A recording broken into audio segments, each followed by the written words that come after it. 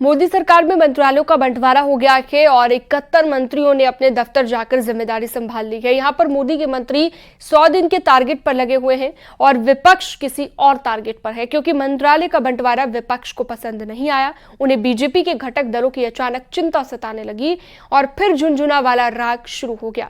आखिर विपक्ष को एनडीए साथियों को मिले मंत्रालय में ऐसा क्या दिखा, आपको एक रिपोर्ट में दिखाते हैं।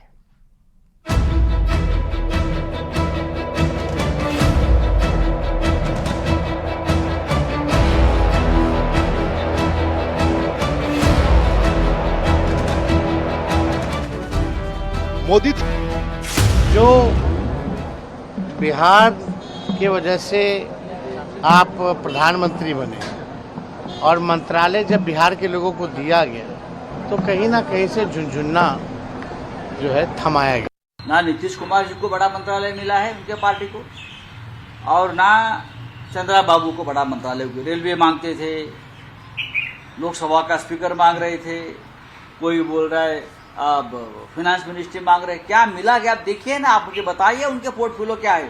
कुमार स्वामी को मिला है मोस्ट रिजेक्टेड पोर्टफोलियो, क्या हेवी इंडस्ट्री मिला है।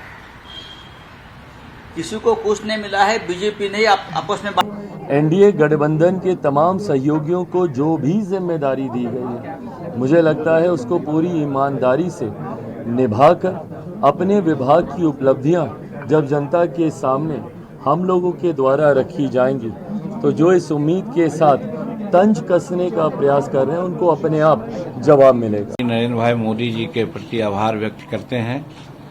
और जहां तक चार्ज लेना और विभाग का मामला है, हमारा कंसेप्ट बहुत बचपन से रहा है कि काम कोई छोटा नहीं होता है, वर्क इज वर्शिप, काम ही पूजा होती है। और जब विभाग मिला, कल लिफाफ हमने खोला तो माइक्रो और स्मॉल और मीडियम इंडस्ट्रीज के बारे में देखा तो मन में बात खुश हुई कि हाँ ठीक है, विभाग है, अच्छा है। देखें अमेठी और रायबरेली के साथ यूपी में बदले हाथ के हालात से राहुल गांधी और प्रियंका गांधी काफी जोश में हैं। जोश इसलिए क्योंकि अमेठी में कांग्रेस की वापसी और रायबरेली में राहुल गांधी ने सोनिया गांधी की प्रतिष्ठा बरकरार रखी। ऐसे में चुनाव परिणाम के बाद भाई बहन का पहला रायबरेली का दौरा काफी चर्चा में है और चर्चा इस बात की भी होने लगी जब राहुल गांधी ने कहा प्रियंका अगर चुनाव लड़ती तो मोदी हार जाते।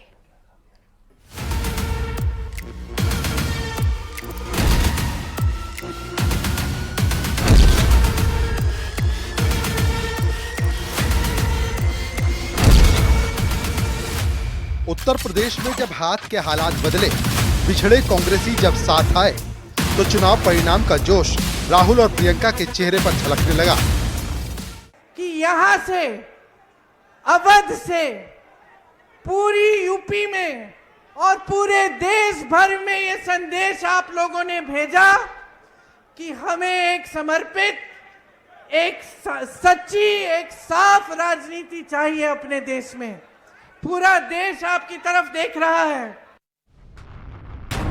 इस चुनाव में प्रियंका गांधी और राहुल गांधी ने जिस तरह से अमेठी में चुनावी चक्रव्यूह की रचना की, रायबरेली में जिस तरह से दांव खेला, उसने अच्छे अच्छों को सोचने पर मजबूर कर दिया। और दोनों भाई बहन की जोड़ी ने न सिर्फ अमेठी में वापसी की, बल्कि सोनिया गांधी की प्रतिष्ठा को बखूबी बरकरार रखा। मेहनत की, 2-2 घंटे सोकर जो मेरी बहन ने रायबरेली में चुनाव में काम किया, उसके लिए मैं दिल से धन्यवाद करता हूं प्रियंका का और आप सबका। एक और आइडिया है मेरे पास, वो मैं आपको बाद में बताऊंगा।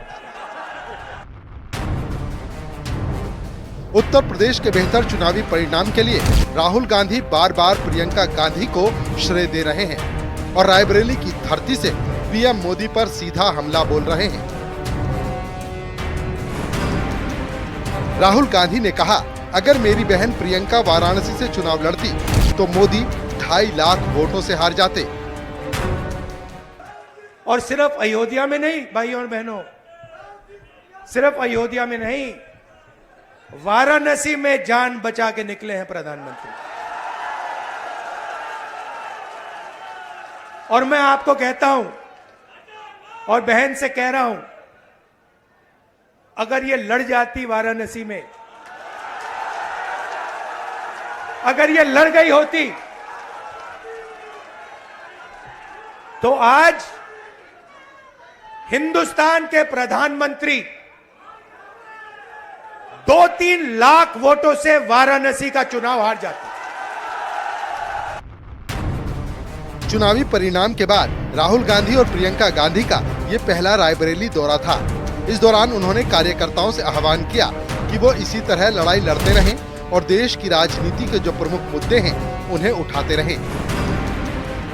लेकिन इस दौरे के बीच सबसे बड़ा सवाल यही है, आखिर राहुल गांधी वायनाड और रायबरेली में किसे चुनेंगे, क्योंकि दोनों लोकसभा सीट पर उनको जबरदस्त जीत मिली है। ऐसे में रायबरेली के आसार ज्यादा हैं, क्योंकि रायबरेली 2004 से सोनिया गांधी की संसदीय सीट रही। सोनिया के राज्यसभा जाने की वजह से सीट खाली हुई। सोनिया गांधी के कहने पर राहुल ने रायबरेली को चुना। राहुल गांधी रायबरेली सीट अपने पास बरकरार रखेंगे।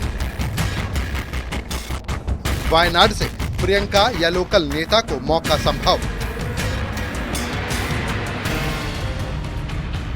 वहीं दूसरी तरफ यूपी कांग्रेस की पॉलिटिकल अफेयर्स कमेटी की बैठक में प्रस्ताव पास किया गया है कि राहुल गांधी को रायबरेली सीट से ही अपनी सदस्यता बरकरार रखनी चाहिए। यानी राहुल गांधी रायबरेली तो प्रियंका गांधी वायनाड में मोर्चा संभाल सकती हैं। Bureau report, news 18।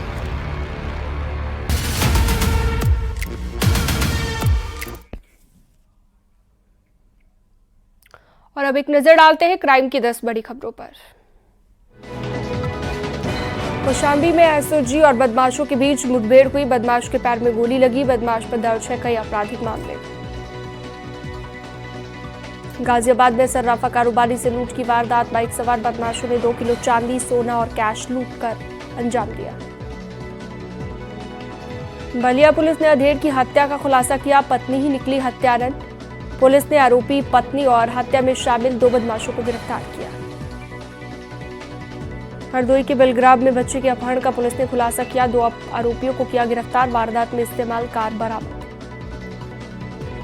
ललितपुर में पुलिस और बदमाशों के बीच मुठभेड़। पुलिस ने 2 बदमाशों को गिरफ्तार किया। लूट की वारदात में फरार चल रहे थे। ग्रेटर नोएडा में अवैध कब्जा के खिलाफ बुलडोजर एक्शन अथॉरिटी ने 124 करोड़ की जमीन को कब्जा मुक्त कराया। बुलंदशहर पुलिस की फर्जी एसओजी टीम से मुठभेड़। पुलिस ने फर्जी एसओजी टीम के 3 सदस्यों को गिरफ्तार किया। 2 तमंचे और कारतूस बरामद। रामपुर पुलिस और गो तस्करों के बीच मुठभेड़ हुई। पुलिस की जवाबी कार्रवाई में घायल शातिर गो तस्कर फहीम गिरफ्तार। तमंचा, कारतूस और बाइक बरामद। बांदा में पति पत्नी के बीच मामूली विवाद में मारपीट। नाराज पति ने पत्नी पर कुल्हाड़ी से हमला किया। महिला को गंभीर हालत में अस्पताल में भर्ती कराया गया। हापुड़ में जेसीबी से टोल प्लाजा पर तोड़फोड़ के आरोपी को पुलिस ने गिरफ्तार किया। जेसीबी ड्राइवर पर कई लोगों को कुचलने का प्रयास करने का आरोप। पुलिस की टीम पर भी जेसीबी चलाने की कोशिश।